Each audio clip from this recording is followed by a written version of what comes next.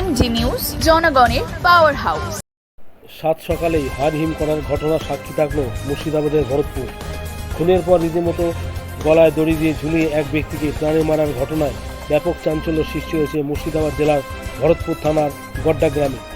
সোমবার সকালে এই ঘটনা জানাজানি হতেই মৃত্যুর কারণ নিয়ে রহস্য ছড়িয়েছে এলাকায়। পুলিশ জানিয়েছে মৃত ব্যক্তির নাম আরজ মোল্লা, বয়স 35। ঘটনার খবর পেয়ে ঘটনাস্থলে পৌঁছে একাধিক নমুনা সংগ্রহ করেছে ভরতপুর থানার পুলিশ। স্থানীয়দের দাবি, প্রথমে খুন করার পর গলায় দড়ি দিয়ে ঝুলিয়ে রাখা হয়েছিল এই ব্যক্তিকে। পুলিশ দেহটি উদ্ধার করে ময়নাতদন্তের জন্য কান্দি মহকুমা হাসপাতালে মর্গে পাঠিয়েছে। অপরদিকে এই ঘটনায় মৃত স্ত্রী ও এক জামাইবাবুকে আটক করে জিজ্ঞাসাবাদ চালাচ্ছে ভরতপুর থানার পুলিশ।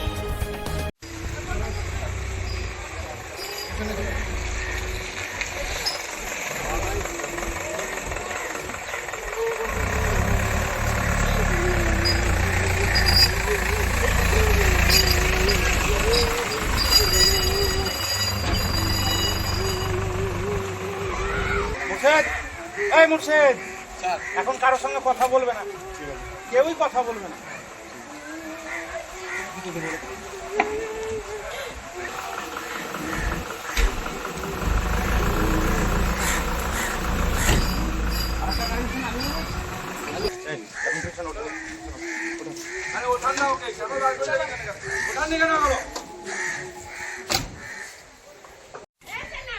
এটা हमारा दूरे बाड़ी, हमारा ये पारा কোনো খবরই দিতে পাইব না, এই পাড়ার খবরই বুঝতে পাইব না। আচ্ছা, কোনো অশান্তি আগে থেকে চলতো আপনারা কি জানেন? অশান্তিও শুনতে পাই না, আমরা তো এই পাড়া লাইট যে আমরা শুনবো নি, বুঝবো কোনো কথা আমরা বুঝতেই পাইব না কিছু কথা। তাই ছেলে খালি ভয় করতো যে পালিং যে ফোনে কোনো পেছি না, কেউ খবর দিচ্ছে না, তা খালি আমার নামে কেস করবি, আমাকে জেল খাটাবে, এই পর্যন্ত ছেলেই খালি বলছি। তা বলছি তুই ভয় করিস না, গায়ে বাপ কাকার আছে, গায়ে বিচারদার আছে, কিছু ভয় করিস না। এই পর্যন্ত ছেলেকেই বুঝুস, যার কিছু বলিনি। কে ভয় দেখাতো? ছেলে ভয় করছি, ভয় দেখাতো কে? কেউ দেখাইতো না, ছেলে লিখে লিখে অন্তরে ভয় করতো যে আমাকে জেল খাটাবে, ওই মেয়ে যদি না আসে তাহলে আমাকে জেল খাটাবে, না আমাকে জেলে ভরবি। তাতে আমি বলতাম বাপ ভয় করিস না, জেল খাটাবে না, ফাঁসিতেও ভরবি না, জেলেও ভরবি না, মানুষ তো দেশে আসছে, কে কোন মানুষ নাই মানুষ, এই পর্যন্ত বুঝেছে। ও কি মনে হচ্ছে আত্মহত্যা করেছে নাকি খুন করে দেওয়া হয়েছে? খুন করা, আত্মহত্যা করেনি, ওটা খুন করা। আচ্ছা, কি কারণ মনে হচ্ছে তাও প্রাথমিকভাবে? আমি বলতে পারছি না কি কারণে যে মেরেছে, তাও আমি বুঝতে পারছি না। কি চাইছেন আপনি? আমরা চাই শাস্তি চাই, যেমন করিয়েছে, যেমন সাদা ছেলেকে যেমন কাদা লাগাইলু, যেমন শাস্তি দিয়েছে কাদা শাস্তি দাও। কি নাম আপনার? আমার নাম বদরুন। ঘটনাটা তার যেদিন মেরেছিল আমি পালাইনি, খুবই গাল মন্দ, মুখ খারাপ করে আভাস করে গাল দিচ্ছি। তারপরের দিন আমাকে কল্লা এমনি টিপটি ধরেছিল, টিপে দিল ঘরে ঝুলিয়ে দেবো, তোকে আজকে মেরে দেবো তাই বলেছে। তাও আমাকে বোতলে পানিছিল, 3 বাড়ি দিল, আমার বাড়ি দিয়ে পালালাম। আমি জানি তোমার বাড়ি তুমি নিয়ে সাইডে থাকো, আমি বাড়ি নিয়ে পালালাম, তাই বলে গেছি, আমি হাত পানি কিছুই নিয়ে যাইনি। কবে চলে গিয়েছিলেন? রাস্তায় ঘুরে বেড়াচ্ছিলাম। তারপর কিভাবে এই ঘটনা কিভাবে ঘটলো? এই ঘটনা আমি কিছুই জানি না, দায়ী আচ্ছা, দায়ী আমি কিছুই জানি না, কিভাবে মারা গিয়েছে জানতে পারলেন? কিছুই জানতে পারিনি। মারা গিয়েছে কিভাবে জানতে পারেননি? এসে কি দেখলেন? এসে সবাই বলছে মরে গেছে, তাই বলছে। কি করে মরে গিয়েছে কি বলছে সবাই? বলছে গলায় দড়ি দিয়ে তাই বলছে। কোথায় সেটা? কোথায় তা আমাকে বলে না, বাড়িতে না বাড়ির বাইরে কোথাও? কোন জায়গায় বাড়ির? বাড়িতে কোন জায়গা তা বলেনি, বলছে গলায় দড়ি দিয়ে বাড়িতে মরেছে, তাই বলছে। আপনি বডি দেখতে পেয়েছেন এসে? হ্যাঁ, বের করেছিল, এইখানে গলায় দড়ি কোনখানে নিয়েছে? আমি দেখিনি। প্রথমে কারা দেখেছিল? কে দেখেছে? আমার মেয়ে ছিল, আমি ছিলাম না বাড়িতে, আমাকে বাড়িতে ছিল। আপনার বিরুদ্ধেই তো প্রাথমিকভাবে অনেকে বলছে যে পরকীয়া সম্পর্কের জন্য আপনি নাকি স্বামীকে মারধর করেছেন। না, আমি মারধর কোনোদিন করি না, আমাকে যে সাজা দেবে সেই সাজা আমি নিতে রাজি আছি। কি নাম আপনার? রূপা বিবি। ও দাদা, কিভাবে মারা গিয়েছে একটু বলো তো। আমি বুঝতে পারবো না। আপনাকে কেন নিয়ে এলো? হ্যাঁ, আপনাকে কেন তাহলে তুললো? আমাকে টার্গেট করছে, মানে আমি হয়তো খানিক হেল্পার করতাম। আপনি কে হয়, দুলা ভাই? হ্যাঁ, আমার ভাইরা ভাই। আচ্ছা তাতে কোন দোষাইছে লোকে, আচ্ছা, এই তো ব্যাপার। আপনি কি কিছু জানেন এই ব্যাপারে? কিচ্ছু জানি না। আপনি কি খুন করেছেন? হুম। কালকে রাতে কোথায় ছিলেন আপনি? কালকে রাত্রে ওর একটা মামাইতে ভাই ছিল, আমিও ছিলাম কোথায় ছিলেন? ওর বাড়িতে। একসঙ্গেই ছিলেন? হ্যাঁ, একসঙ্গে, আর একসঙ্গেই বাড়িতে। কি করছিলেন আপনারা? ও ওই তোমার স্ত্রী পালিয়ে গেছে রাত করে, এই ঝগড়া করে দিয়ে ওর মামাইতে ভাই আর আমি, ওর একটা ট্যাং ভেঙে গেছিল, একটা হাড় ফেটে গেছিল। আমার ওই ছবিটা করতো, ওই ছবিটা, ওই ভিজুয়ালটা। কালকে ব্যান্ডে একটু কেটে নিয়েছে। কি নাম আপনার? আমার নাম সোহাগ হোসেন। দেখলাম যে ঝুলছিলাম না, তো ওর মেয়ে এসে ডেকে নিলাম আমাদেরকে, তাড়াতাড়ি গেলাম, যে দেখছি তা ঝুলছে, তাড়াতাড়ি আমি চপ করে ধরেছি, ধরে আলোকে তুলে দেখছি তা, তখন আর লড়েও না, লটটা পড়ে গেল। আচ্ছা। হাত দুটো ছেলে এলো, সে ছেলেগুলো বলে তাড়াতাড়ি ধর, যে তিনজনায় ধরলাম, যে একজনে বলে একটা কেটে দে, দেখি কেটে নিয়ে এসে কেটে দিয়েছি আমরা, নিয়ে এসে নিচে নামাচ্ছি, নিচে নামিয়ে দেখছি তা খুন, তখনই আবার আর লাশ আর ধরিনি ভয়ে, তাড়াতাড়ি ওপর গেলাম, ওপরে দেখছি হ্যাঁ ওপরে খুন পড়ে আছে। মানে এই খুন পর্যন্ত না। খুন করে কি ঝুলিয়ে দেওয়া হয়েছিল? খুনটা কি করে করেছে এটা আমরা জানি না আমরা, আচ্ছা, এবার যতটা দেখিছে এটা নামি নিয়ে আমি বাড়ি থেকে পালিয়ে আসছি। তার মানে কেউ খুন করে ঝুলিয়ে দিয়েছিল, এটাই মনে করছেন? সেটা এখন ধরুন, এটা তো বুঝতে পারে যে না, যে কে খুনটা করেছে এটা জানি না ঠিক। কোন জায়গাটা কাটা ছিল? কাটা এইখানটা কাটা আছে, আচ্ছা, ধারালো অস্ত্রের মনে? ধারালো অস্ত্র হবে না বাড়ি হবে এটা ঠিক বলতে পারছি না, কিন্তু বাড়িটা আছে এইটাই দেখেছি। প্রথমে যদি দেখতাম না তাহলে আমি লাশ নামাতাম না। আচ্ছা, আপনারা কি মনে করছেন, কি কারণে এরকম ভাবে রহস্যজনক? এটা তো খুন ছাড়া তো কিন্তু বুঝতে পারা যায় না, খুন ছাড়া কিছু না। মানে কেন হতে পারে এটা? আপনারা তো প্রতিবেশী, বুঝতে পারছি, এবার এটা জিনিস আগে কি কিছু দেখেছিলেন ওদের? আমরা ঝগড়া ফটে দেখি, খানিয়াতে দেখেছি টুক কাটাকাটি হয়, বাড়ির মধ্যে আছে, বাড়ির পাশে আছে, অনেকটা দূরে আছে আমরা, ওরা ওই বাড়িতেই করে, কিন্তু বাড়ি করে না, বাড়ি ঝামেলা করে না। কালকে ঘরের ভিতরে খানিয়াতে হয়, বকাবকি হয়। কালকে কি কোনো ঝামেলা না, হয়েছিল? কাল ছিল না, পরশু ছিল না, পরশু দিন বেইকেলে আপনার মেয়েটা ছিল না, হ্যাঁ, পরশু বেইকেলে চলে গেছে, আর আসে না, আমরা জানিও না ঠিক, আমি মাঠের লোক, মাঠে থাকি, খানিয়াতে মেয়ে ছিলতে বলে যে এই ব্যাপার বাড়ি গেলছে, আবার কবে আজও জানি না, এই পর্যন্ত জানি আর কিছু জানি না। আর মেয়ে যেটা বলেছে আমাদের সকালবেলা ডেকে নিয়ে আছে, দিয়ে এসে ওই লাশটা আমার নয়, কে বা কারা করতে পারে বলে মনে করছেন? না, সে কথা আমি বলতে পারছি না, আমরা স্যার জানি না তো তোমার বাড়ি কি আসে না, সে সব করছি না, কিন্তু জানতাম তাহলে এবার আবার বলতাম যে ও এই লোক আসে। পরকীয়ার কি কোনো সম্পর্ক? না না না, তো সম্পর্ক আর দোলাভাই আসে খালি, তো দোলাভাই তো আর নিজের মেয়ে তো বললো না যে আমার খালু আসে, আচ্ছা, খালুর সাথে কথা হয়, এইটাই বললো, আচ্ছা, এইটাই জানি, তাছাড়া আর কিছু হয় না। এবার দোলাভাইয়ের সম্পর্ক জানি তো আমার যে দোলাভাই হয়, আর এইটাই জানি, তাছাড়া আর কিছু জানি না। কালকে কি এসেছিল দুলা ভাই? হ্যাঁ, কাল তো ছিল, ওরা কথা বলছিল, আরো যে সাথে কথা বলছিল, এই যা দেখেছে আমরা এই রাস্তায় গেছে, জেলছে, ঢুকেছে, কিন্তু ওদের বাড়িতে দেখিনি যে বাড়িতে কথা বলা বলিছে, এটা আমরা দেখি। কি নাম আপনার? নাম কি? নাম রহমান শেখ। কি চাইছেন আপনার এলাকার বাসিন্দা? দেখুন যদি খুনি ধরতে পারে তাদের শাস্তি দেন তাদের, এইটাই বলেছে, আর কিছু বলতে নেই। কি নাম আপনার? নাম রহমান শেখ।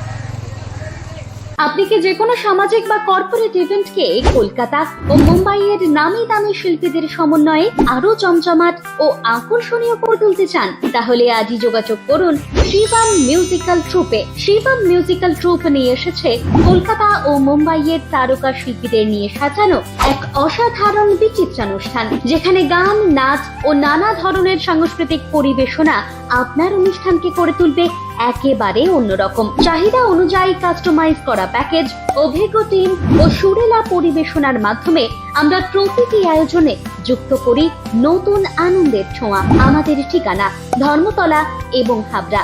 আমাদের সাথে যোগাযোগের মোবাইল নাম্বার 9735752757 এবং 7478468087। যোগাযোগ উদয় নারায়ণ। বহরমপুরের বাসিন্দা জম্মু কাশ্মীরে কর্মরত বিএসএফ জওয়ানকে অপারেশন সিঁদুরে অংশগ্রহণ করার জন্য তার বীরত্বের জন্য সম্বর্ধনা জানালেন জেলা শাসক। বহরমপুরের বাসিন্দা শুভজিৎ রায় বিএসএফ কনস্টেবল পদে কর্মরত, যার বর্তমানে জম্মু কাশ্মীরের দেশের সীমান্ত সুরক্ষায় কর্মরত অবস্থায় রয়েছেন। অপারেশন সিঁদুরে তিনি অংশগ্রহণ করেছিলেন।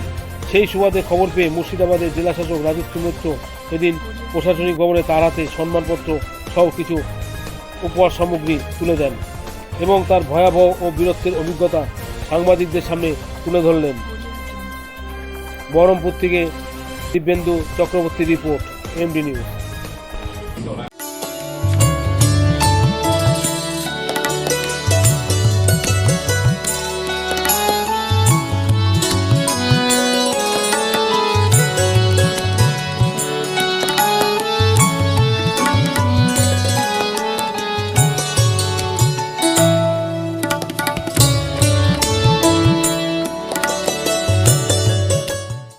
কেমন লাগছে আপনার?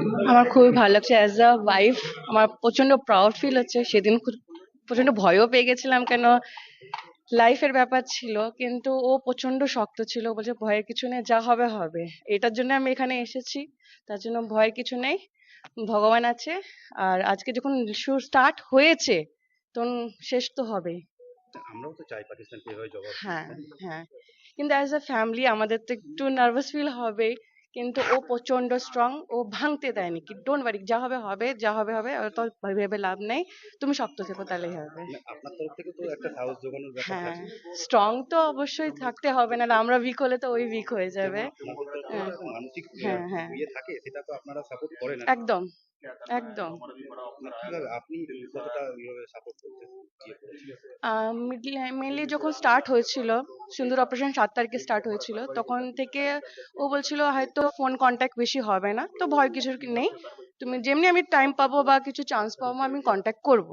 তো হট করে 8 তারিখেও নেটওয়ার্ক ডাউন হয়ে গেল, মানে আমি বুঝতে পেরে গেছি কিছু প্রবলেম স্টার্ট হচ্ছে। আমরা নিউজ ওপেন করলাম, তো নিউজে আমরা সবই দেখতে পাচ্ছি স্টার্ট হয়ে গেছে। তো খুবই কম কন্ট্যাক্ট হয়েছে, মিডিলে মাঝে মধ্যে খুব কম চান্স পেয়েছে, কিন্তু হ্যাঁ এইটুকু খবর পাচ্ছিলাম কি না ভালো আছে, এতে আমরা স্যাটিসফাইড ছিলাম। দিয়ে যখন থামলো, সিজ ফায়ার হলো, তখন একটু নাই স্যাটিসফ্যাকশন হলো, কিন্তু হ্যাঁ আমরা কেউ উইক হয়নি, ও ফুল ফ্যামিলি ফুল সাপোর্টেড ছিলাম কি না। প্রচন্ড খুবই টেনশন, মানে আমরা ও মানে অ্যাকচুয়ালি হিন্ট, প্রপার হিন্ট তো দিবে না, কেন যতই হোক সবাই ঘাবিয়ে যাবে, কিন্তু ও বলছিল স্ট্রং থাকবা, ভয়ের কিছু নেই, আমরা সবাই একসাথে আছি, কোনো ব্যাপার নেই, যেটা হবে হবে। এর জন্যই আমি বিএসএফ এসেছি। তো রিয়া রয়, ফোনে যোগাযোগ হচ্ছিল, হয়তো কিছু সেকেন্ডের জন্য কথা বললো, ফোন নিয়ে নিল, এরকম টাইপের। প্রচন্ড, মানে আমি ভাবতে পারিনি, ও আমাকে বলছিল এরকম হবে হবে, তো অনেকে হবে হয়তো, নাকি কিন্তু কালকে যখন বললো কি না সত্যি ডেকেছে, আমার খুবই ভালো লেগেছে, আমি খুবই এক্সাইটেড ছিলাম দেখার জন্য। প্রচন্ড রিস্ক থাকে। হ্যাঁ, অ্যাকচুয়ালি জেনেই তো আমরা আগে বেড়েছি, ও বিএসএফ সবকিছু জেনে এক্সপেক্ট করে আমি ওর সাথে আগে লাইফে আছি, আমি ওকে ফুল সাপোর্ট করবো আগের জন্য। আমি হাউস ওয়াইফ, রিয়া রয়, কাশিম বাজার, এক টাইমে। সেদিন সাম্বা সেক্টরে ফায়ার হচ্ছিল। ফায়ারের পরে আমরা যখন মানে যতবার ফায়ার হয় সেখানে অপোজিট ফায়ার করে আমাদের উপর, তারপর আমরা রিপ্লাই দিই, কারণ আমরা চাই না কোনো দেশের সঙ্গে কোনো কিছু হোক, কারোর সঙ্গে ঝামেলা হোক। কিন্তু সেই রাতে পেহেলগাম অ্যাটাক যখন হয়েছিল, তারপর থেকে আমরা বুঝতে পেরেছিলাম কিছু একটা হবে। আমাদের অফিসার বাগেরা যারা ছিল তারা বলেছিল যে তোমরা রেডি থাকো, তোমরা সেই হিসাবে থাকো। তো সেই হিসাবে আমরা রেডি ছিলাম, আমাদের যত হাতিয়ার আছে অ্যামুনেশন আছে নিয়ে গাড়িতে লোড করে একদম ওকে।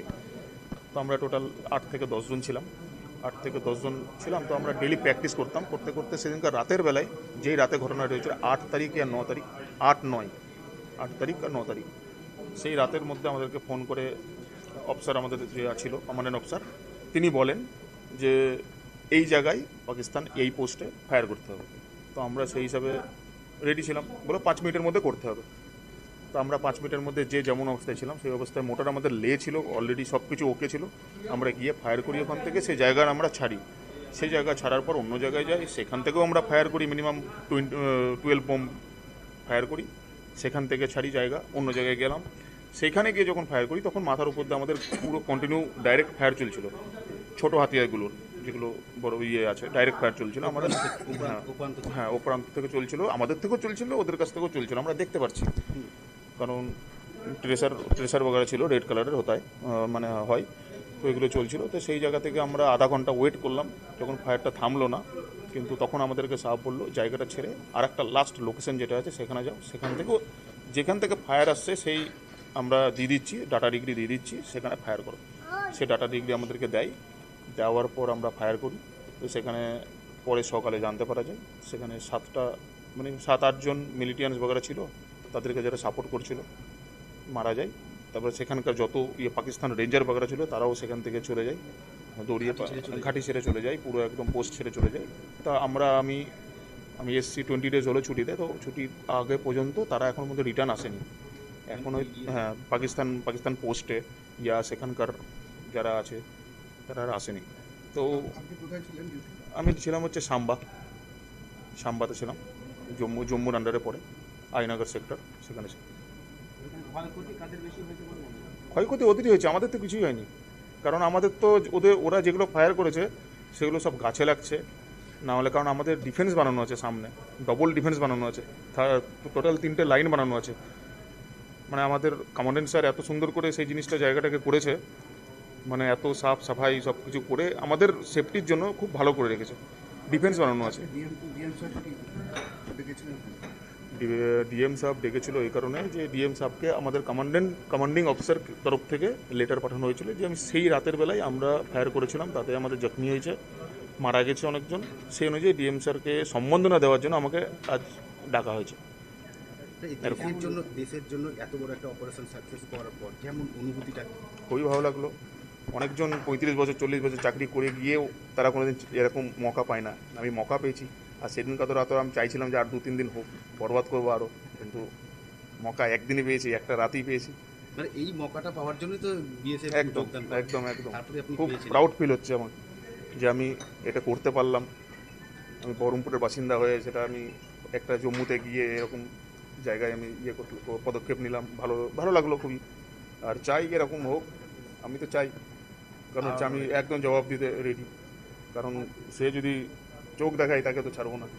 আজকে কেমন লাগছে এই সম্বর্ধনা পেয়ে? খুবই ভালো লাগছে, ডিএম সাহেব খুবই ভালোভাবে কথা বললো। 8-9 আপনারা ব্যাটালিয়নে কতজন ছিলেন? 8-9 মে আপনারা ব্যাটালিয়নে কতজন ছিলেন?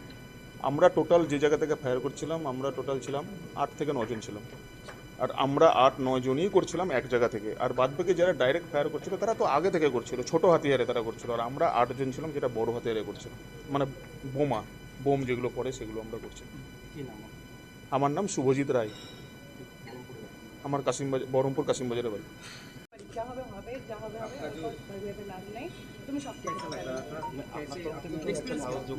एक्सपीरियंस बहुत अच्छा है कि उस दिन हम लोग उधर ही थे, तो हम लोग डेमो वगैरह चल रहा था हमारा कि यार कुछ हो गया तो कैसे होगा, क्या नहीं होगा, क्या करना है। तो हमारा भी बड़ा अफसर आया था, दिल्ली से आया था, जो दिल्ली से आने के बाद हम लोगों को देख के हमारा कार्रवाई देखा, कितना टाइम के अंदर क्या क्या कर सकते हैं, क्या नहीं कर सकते। तो हम लोग उसी हिसाब से कार्रवाई किया। साहब ने बहुत अच्छा रिप्लाई दिया कि बहुत अच्छा ये किया, करने के बाद रिवार्ड भी दिया। ये यूथ से पहले की बात बोल रहा हूँ। उसके बाद जब उस दिन साहब ने बोल के गया कि देखना आज या कल रात के अंदर कुछ होगा, तो हम उसी हिसाब से फिर हमने भी तैयारी कर लिया। तो रात को कमांडेंट साहब का ऑर्डर आया कि इस जगह पे फायर करना है, तैयार हो जाओ, जल्दी 5 मिनट के अंदर फायर करो। हम रेडी हो गए। रेडी होने के बाद 5 मिनट के अंदर हम फायर किए, 12 बम फायर किए उस जगह से करके हम जगह छोड़ दिए। जगह छोड़ने के बाद फिर दूसरी जगह लिया, दूसरी जगह जाने के बाद फिर उधर से भी फायर किया। फिर तीसरा जगह जब गए ना तो उधर देखा कि उधर ऊपर से गोली चल रहा था, ऊपर जो फ्रंट लाइन और उनका जो अपना पाक रेंजर्स वगैरह वो दोनों आपस में फायर कर रहा था। हमारा पार्टी भी कर रहा था, वो भी कर रहा था। पर हम जहाँ से फायर करेंगे ना तो उस जगह पे हम जो हमारा जो हथियार है उसको ले करने के लिए जगह चाहिए, बड़ा जगह चाहिए कि मैं ले करूँगा, डाटा डिग्री लगाऊंगा, उसके बाद होगा। तो वो मेरे को मौका नहीं मिला। मौका नहीं मिला तो साहब बोला कि आधा घंटा वेट कर लो, यदि थोड़ा सा भी कम हो जाए, 2 मिनट के लिए कम हो जाए तो ले करके फायर कर देना, तो उधर से नज़दीक होगा, हो जाएगा। तो हुआ नहीं, तो हम क्या किए कि उधर से फिर साहब ने फ़ोन किया कि दूसरा जगह चलो, लास्ट अपना जो पॉइंट है वहाँ से करो। तो लास्ट पॉइंट गए, लास्ट पॉइंट से जाने के बाद फिर उधर से फायर किया। तो बाद में सुबह पता चला कि उस जो लास्ट में फायर किया था हम लोग, मिनिमम 1-1:30 बजे के करीब रात को जो फायर किया था, उसमें 7-8 आदमी मिलिटेंट्स मारा गया है। उसका सपोर्ट करने वाला और भी 4-5 आदमी था, वो भी शायद मारा गया है। टोटल 12-15 आदमी करीब मारा गया है। तो बहुत बढ़िया लग रहा है। तो ज़िंदगी का पहला ये है एक्सपीरियंस है, बहुत बढ़िया लगा। जवाब देने के बाद बहुत अच्छा लग रहा है। हम तो उधर भी आया था, सभी ले रहा था, इंटरव्यू वगैरह ले रहा था, उनको भी बोला, इधर भी बोल रहा हूँ, बहुत बढ़िया लगा ये ना। अरे सर, ये मौका इसलिए नहीं मिलेगा कि बहुत आदमी नौकरी करके चला गया जिसको टाइम नहीं मिला, ऐसा पर 30-35 साल नौकरी करके ऐसा मौका नहीं मिला, पर हम लोग को मिल गया। हमने किया, हमारा किसी का कोई नुकसान नहीं हुआ, अपना बैटालियन में किसी का नुकसान नहीं हुआ, बहुत बढ़िया सा फायर हुआ। ऐसे भी सिविल को भी नुकसान नहीं मिला। और वहाँ का जो सिविल था वो बोला पहला ये बैटालियन देखा जो इतना पावरफुल है, जो अगला कुछ कर ही नहीं पाया। अच्छा, मेरे को आर्मी कैंप में भी बुलाया गया था, आर्मी कैंप में डीजी साहब था, तो डीजी साहब ने बुलाया था, तो हम लोग 8 आदमी गए थे। तो वो लोग बोला था इस बार आर्मी को मौका ही नहीं मिला, बोला बीएसएफ कर दिया काम, बोला पहले ही। तो ये आपको डीएम साहब ने वरदान दिया, कैसे लग रहा है, कैसे क्या बहुत बढ़िया लग रहा है।